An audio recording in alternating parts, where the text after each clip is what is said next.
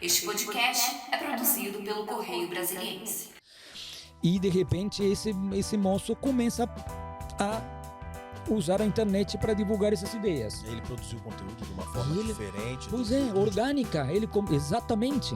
Então o que acabamos vendo é: escuta, de onde veio isso? Calma, quem falou aquilo? Não sei. E são colaborações. São pessoas que vão colocando coisas em cima da mesa. Então isso está acontecendo. Entendo que isso chegou para ficar. A internet, o digital, o meme, o jovem vai usar e abusar disso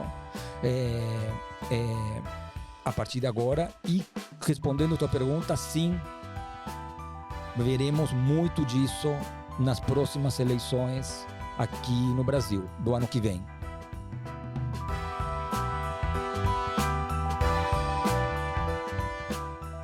Olá, estamos no ar com mais uma edição do podcast do Correio. Eu sou o Vitor Correia, eu estou aqui com o Roberto Fonseca e hoje nós vamos conversar com o Pablo Nobel, que é da Agência de Consultoria Política PLTK de São Paulo, consultor de comunicação política na campanha do Javier Milei, que venceu agora na eleição da Argentina. Pablo, seja muito bem-vindo aqui ao nosso programa. E pra gente começar a nossa conversa, eu gostaria de saber um pouquinho dessa sua atuação na campanha do Milei, né? Você entrou agora no final das eleições, nessa reta final, de uma eleição que foi bastante movimentada, tumultuada, né? Como é que foi a sua participação? Antes de mais nada, obrigado pelo convite. Muito feliz de estar aqui conversando com vocês. Sim, de fato, nossa entrada foi no balotage, que é o segundo turno na Argentina, né? Lá é dividido em 3 fases. Tem um formato parecido ao americano. Tem as primárias, onde os partidos disputam internamente, mas com o voto de todos, quem vai representá-los nas eleições gerais. Aí vem as eleições propriamente ditas. E, finalmente, o segundo turno, o balotage dessa história. É a segunda vez que acontece balotage na Argentina, né? A primeira vez foi em 2015, entre o Macri e o Scioli. Naquele momento, eu fui diretor da campanha do Scioli, em 2015. Então, tive a oportunidade de participar dos 2 balotagens que existiram até hoje, né? Dito isso, e também para entender um pouquinho minha proximidade com esse mundo da política argentina, eu já tinha feito como diretor a campanha de Dualdi em 2001 e fiz como marqueteiro, como consultor também em 2019 a campanha do Alberto Fernandes, né, que é um candidato peronista, então que foi um presidente peronista. Então, acabo tendo bastante contato com esse universo e a partir disso surgiu o convite a participar desse segundo turno, tão disputado e tão especial, né? Então, respondendo um pouco a tua pergunta, a gente acabou chegando nessa história através de pessoas conhecidas do campo do ex-presidente Maurício Macri, que no momento que eles decidem apoiar a candidatura do Javier Milei no segundo turno, nos chamam para ajudar nessa fusão e trazer alguns conceitos, trazer algumas ideias. Nossa participação efetiva, então, acontece a partir daquele momento, trazendo um pouco de uma estratégia que nós já tínhamos visitado aqui no Brasil anteriormente, né? Assim, a campanha do Milei estava sob uma pressão muito grande de uma campanha muito bem feita por uma equipe brasileira trabalhando para o peronismo, trabalhando para o adversário do Milei, que é o Sérgio Massa, que representava o peronismo. Essa campanha do medo era uma crítica contumaz às declarações feitas tanto pelo Javier Milei, quanto pelos assessores, quanto pelos colaboradores. Era uma forma de colocar uma lupa em tudo o que ele dizia e em tudo o que ele era. Era questionado desde o corte de cabelo, aquele cabelo meio peruca que ele usa, até aquela jaqueta rock and roll, né? E o grande questionamento era: você acredita que essa pessoa pode ser o seu presidente? O que estava por trás dessa campanha era isso. O que nós entendemos era que a melhor maneira de responder uma campanha do medo não era com mais argumentos ou mais questões intrínsecas à questão do medo, mas trazer o elemento da esperança para a campanha. E funcionou bastante. Isso veio para a boca do próprio Javier Milei, veio para os discursos, veio para os comerciais da reta final, veio para as mídias sociais, veio para hashtags, e a partir dali houve uma recuperação e uma reconceituação dessa reta final. Então, um pouco nossa participação foi nesse sentido. Boa tarde, Vitor. Boa tarde, Pablo. Na reta final da campanha, vimos também uma grande explosão de memes na campanha argentina. O senhor acredita que os memes vão se tornar uma realidade no marketing político? E como que os candidatos vão ter que passar a enfrentá-los? Sim, essa é a pergunta que não quer calar. São as novas formas de se comunicar politicamente, né? Eu tenho chamado a atenção para o fato dessa audiência muito jovem, né? Cada vez mais jovens que hoje têm 16, 17, 18, 19 anos estão votando, né? E passam a ser uma audiência importante em termos numéricos, em termos eleitorais. E muitas vezes esses jovens não estão tão involucrados ou tão interessados na política partidária, no dia a dia da política. Isso por um lado. E aí a comunicação digital, onde o meme acaba sendo a ponta de lança, acaba funcionando para engajar esse jovem, para atrair ele para essa discussão, né? Tornar essa discussão mais interessante, mais rápida e um lugar onde ele já está, né? Que no próprio celular, que está com isso o tempo todo, né? Ainda tem outro viés, que é o fato das campanhas nessa parte digital, especialmente nessa campanha na Argentina, a gente percebeu, é uma campanha muito horizontalizada, onde os vários agentes, os vários colaboradores acabam criando seu próprio conteúdo. Não é uma agência de propaganda que necessariamente envelopa a comunicação do candidato de uma maneira X. Não. É um jovem que na sua casa curte a história do Milei, se identifica com o que ele está propondo, inclusive com a própria rebeldia que ele traz, por isso também dialoga tão bem com os jovens. E, de repente, esse moço começa a usar a internet para divulgar essas ideias. Ele produziu conteúdo de uma forma diferente. Pois orgânica. Exatamente. Então, o que acabamos vendo é, escuta, de onde veio isso? Calma, quem falou aquilo? Não sei. São colaborações. São pessoas que vão colocando coisas em cima da mesa. Então, isso está acontecendo. Entendo que isso chegou para ficar. A internet, o digital, o meme, o jovem vai usar e abusar disso a partir de agora. E, respondendo a tua pergunta, sim, veremos muito disso nas próximas eleições aqui no Brasil, do ano que vem, né, para as várias prefeituras. A isso acrescenta o fato da chegada da inteligência artificial, né, que acaba criando imagens surrealistas e épicas, e etc., feita também por gente muito jovem, né? O que cria também uma questão ética, né, para a política e para a comunicação. Por um lado, você não tem muito controle sobre o que as pessoas dizem.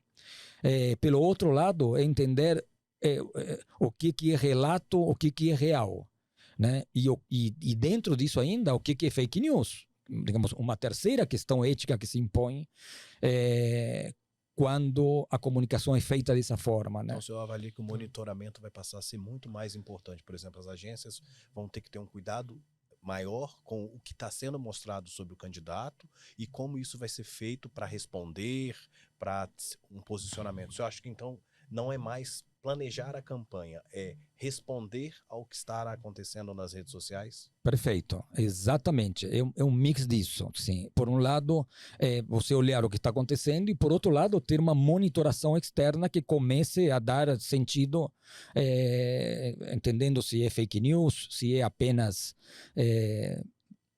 uma brincadeira bem-humorada, entendeu? Na hora que você transforma o teu candidato na roupa, você coloca o figurino dele, do Libertador das Américas San Martín, que é um herói argentino, da libertação da Espanha, etc.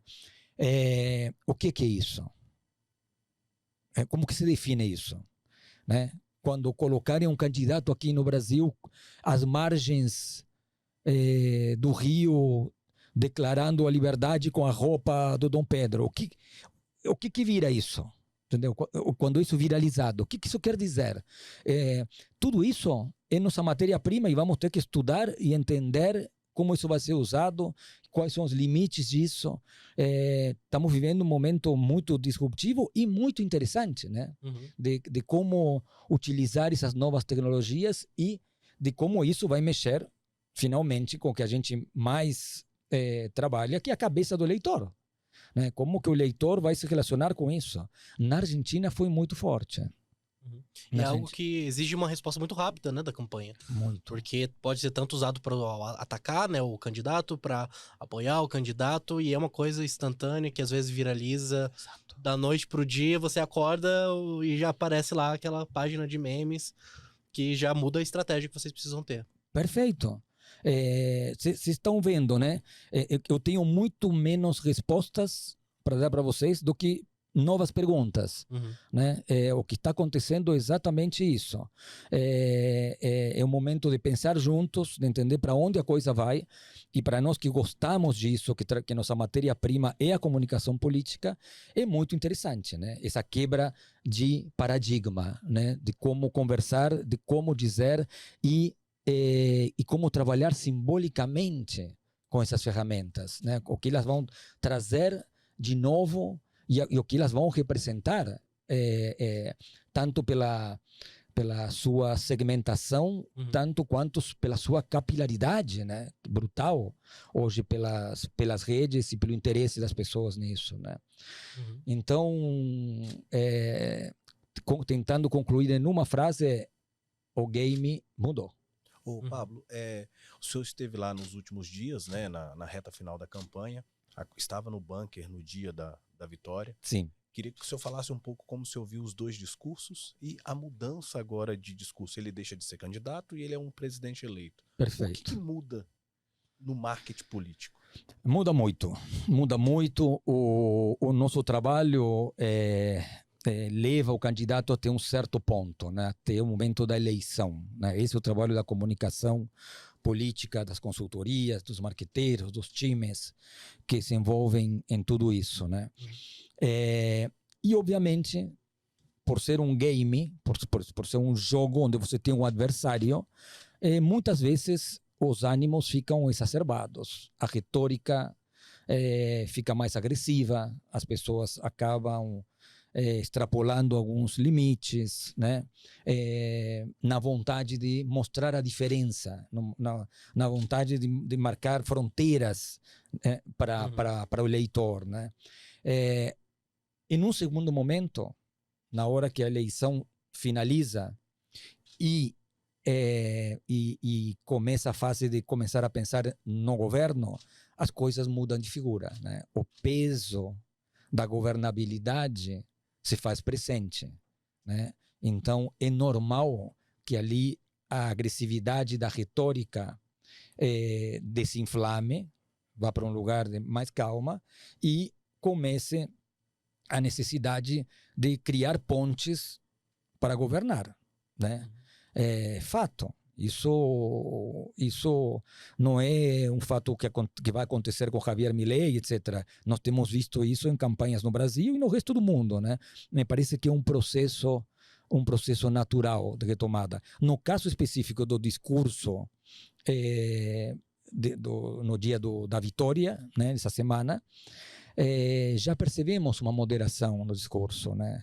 Ele já chama até o próprio adversário à razão, né? Quando Massa diz que, enfim, no discurso onde o Massa reconhece a derrota, diz, bom, a partir de amanhã os caminhos da Argentina ficam nas mãos do novo presidente. Ele diz, não, peraí, eu vou ser presidente no dia 10. A responsabilidade continua sendo de vocês até dia 10 de dezembro, até o dia da posse. Então, você já percebe que há um chamado ao bom senso, né?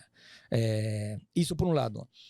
E tivemos também um caso bem claro durante a campanha, né? Teve essa agressividade toda e teve esse discurso muito inflamado durante as eleições gerais, né? Contra a própria Patrícia Bullrich, né? Adversária que fica em terceiro lugar e não vai para o balotage, não vai para o segundo turno. Imediatamente, no dia seguinte, eles conversam, acertam o apoio, os dois têm um discurso de mudança, entendem que o país quer mudança, que há uma vocação para a mudança e que unidos podem vencer o inimigo comum, que é o kirchnerismo. E aí, toda essa retórica agressiva vai para o lixo e prevalece as pontes pragmáticas e políticas de sempre, né? E foi isso que nós vimos na Argentina com todas as letras, né? Então, acredito que isso vai acontecer daqui para frente em outros temas, como a própria relação com o Brasil, com a China, etc. Vários desses temas, né? E trazendo também um pouquinho para o Brasil, porque você também tem uma atuação muito forte aqui no Brasil, né? Você participou de campanhas anteriores do presidente Lula, você participou também da campanha do Sérgio Moro, mais recentemente da campanha de Tarcísio de Freitas, que foi reeleito governador. Então, gostaria de saber qual que é a diferença entre fazer a política na Argentina, uma campanha política na Argentina, e fazer uma campanha política no Brasil. É parecido? É diferente? Como é que você adapta essa estratégia aqui? Sim, deixa eu te falar. É bastante diferente. Nossa forma tem muito mais a ver com a forma americana de fazer as coisas. Nossas campanhas são muito mais profissionais, são mais verticalizadas, como eu comentei antes, lá é um pouco mais horizontal, as relações, etc. Aqui tudo é muito mais desenhado, muito mais preparado. Agora, o que fica quicando na mesa sobre isso, que também é um tema muito interessante, que a gente ainda vai ter que conversar bastante sobre isso, a campanha do Massa teve esse profissionalismo. A campanha do Massa era de um animal político preparado, 20 anos de política tradicional, o cara é uma fera, ministro da economia, desbancou os adversários dentro do peronismo para se impor como candidato único nas listas das primárias. E do outro lado, uma campanha muito mais informal, muito mais de guerrilha, né? Uma campanha com muito menos recursos. Dá para fazer um paralelo com a eleição de 2018 do presidente Jair Bolsonaro, que apresentava-se como um outsider da política? O senhor acha que ele... Sim, acho que tem a ver, sim. Acho que tem a ver com essa questão do outsider, né? E aí é exatamente ali que tem uma questão muito importante da gente entender. Toda essa preparação do Massa versus essa forma informal do Milei funcionaram a favor do Milei em última instância, né? O próprio debate que foi amplamente comentado, né, entre os dois, no nosso entender como consultores e as equipes e os jornalistas, os especialistas viram o próprio Massa dar uma surra no Milei, né? Ele tinha todas as frases preparadas, uma coisa ácida, um questionamento quase agressiva, né? Enquanto o Milei parecia que não tinha se preparado para o debate, né? Ele passava uma certa fragilidade, uma certa vulnerabilidade ante quase um bullying do Massa. E nesse momento, no pós-debate, onde todos imaginamos que a vitória tinha sido clara para o oficialismo, para o kirchnerismo, as pesquisas nossas internas começam a mostrar a subida do Milei. Olha que curioso. as pessoas optam e se identificam e criam empatia pela vítima do debate, pelo não político. Quando elas têm que escolher entre o hiperpolitizado e a fragilidade do homem comum, ficam com o homem comum. E a partir dali, porque estávamos super colados, estávamos dentro da margem de erro até 5 dias atrás. E aí, 1 ponto mais, 2 pontos mais, 3 pontos mais, 5, 4 pontos mais das pesquisas internas. Aí já não podia ser divulgado, e como tinha tido muito erro nas pesquisas anteriores, mesmo os que mais acertaram ficaram fora da margem de erro, né?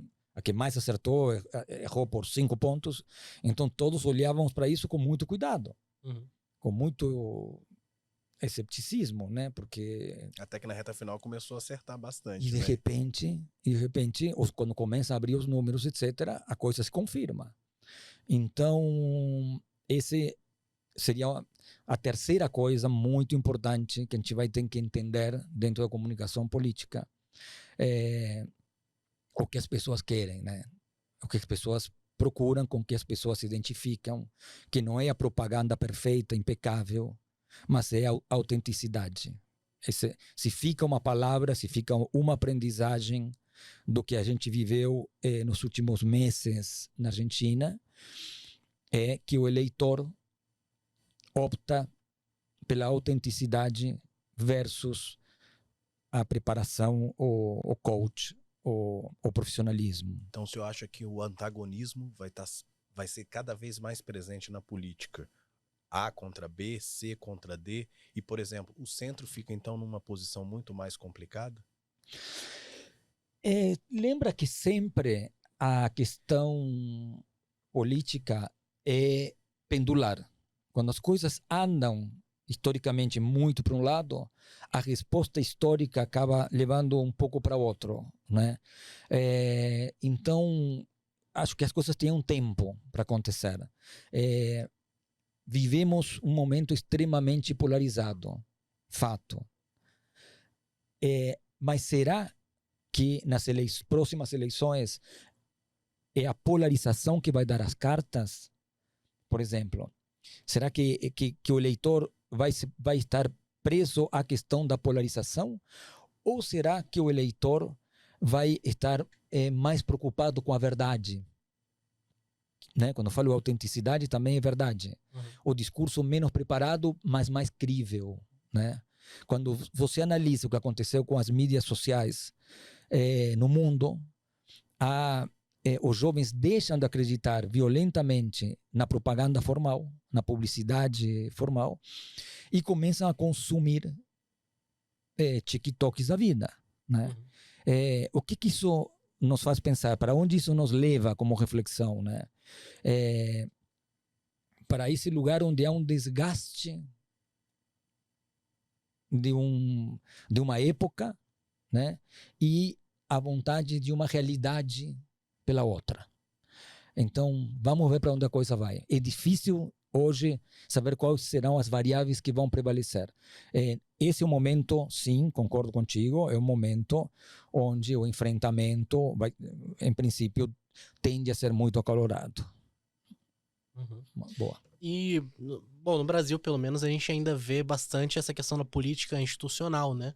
A gente teve o Jair Bolsonaro em 2018, que ele fez a campanha como um outsider, apesar de não ser, apesar de já ser um político de carreira, né? Então, no Brasil, a gente ainda não teve um outsider que se despontou muito nas campanhas presidenciais. A gente teve o Pablo Marçal, que realmente é um empresário, que não tinha carreira política, que tentou, acabou não conseguindo ganhar muita atração nas eleições. Então, será que existe ainda alguma resistência do Brasil em relação a essa política institucional e essa forma que a gente tem histórica de fazer campanha política aqui? Por enquanto, pelo menos? Acho que por enquanto sim, né? A história fica do lado da tua tese, de fato, né? Quando a gente vê figuras como Silvio Santos, figuras que eram com grande apelo popular e sem conexão com o universo político, não fizeram carreiras importantes eleitorais, né? Vocês se lembram disso? Já Sim, teve alguns sim. casos de pessoas que eram, que em teoria, pareceria que iam arrastar as multidões, etc. E as pessoas acabam, no limite, optando por políticos mais profissionais no Brasil. Será que vai continuar ou não? Será que na hora que aparecer um outsider com muita atração, como você disse, o game muda? Alguém que consiga decodificar ou traduzir essa vontade, assim como o Javier Milei conseguiu traduzir o que na Argentina chamam de la bronca, né? A raiva pela pobreza que não parou de aumentar, a inflação que não para de aumentar, o número de crianças pobres que não para de aumentar, e isso gerou uma reação nacional. Mesmo nas províncias ou estados historicamente peronistas, eles perderam. Em algumas delas levando surras históricas, né? Então, talvez sim, talvez esteja faltando alguém, político ou não, que consiga sintetizar o que está no coração do brasileiro ano que vem. De caráter né? nacional, né? De caráter nacional. De caráter nacional. Sim. Porque localmente, Claro. quando a gente fala em estados, a gente já começa a ter alguns Sim. ex-juízes, como é o caso do Witzel, que foi eleito em 2018 no Rio, aqui no Distrito Federal, o governador Ibanez Rocha. Eu acho que a grande dificuldade vai ser fazer um nome nacionalmente. Sim, fato. E também a gente você tá saindo da atuação na campanha da Argentina agora, né? E já vai cair, imagino que de cabeça nas eleições agora do Brasil, as municipais.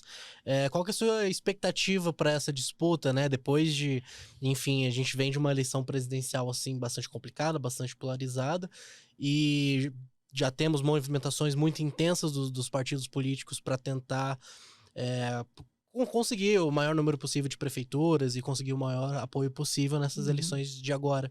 Sim. Qual que é a sua expectativa para essa eleição? Como é que ela se desenha na sua visão em relação à campanha política, né? Sim, prefeitura sempre é mega capilarizada, então tem muitas prefeituras Brasil afora, tem as que têm televisão, tem as que não têm, cada uma tem suas características.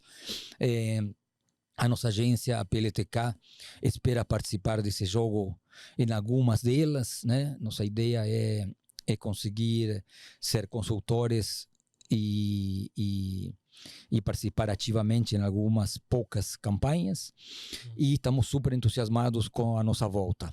Logo teremos novidades e espero estar aqui para contar para vocês. E os candidatos vão ser basicamente de oposição ao governo Lula, que tem uma linha diferente ou não?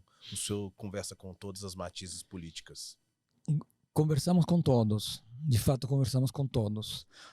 Hoje estamos conversando com pré-candidatos que fazem parte da aliança do oficialismo, do Lula, e também estamos conversando com opositores. Então, a agência não pode ser ideológica, né? Isso é um fato, né? Certinho. Bom, já caminhamos para o nosso encerramento aqui. Eu só queria falar com você também em relação a política no geral, né? A política brasileira no geral. A gente falou aqui sobre a polarização, a gente falou sobre esse combate, né?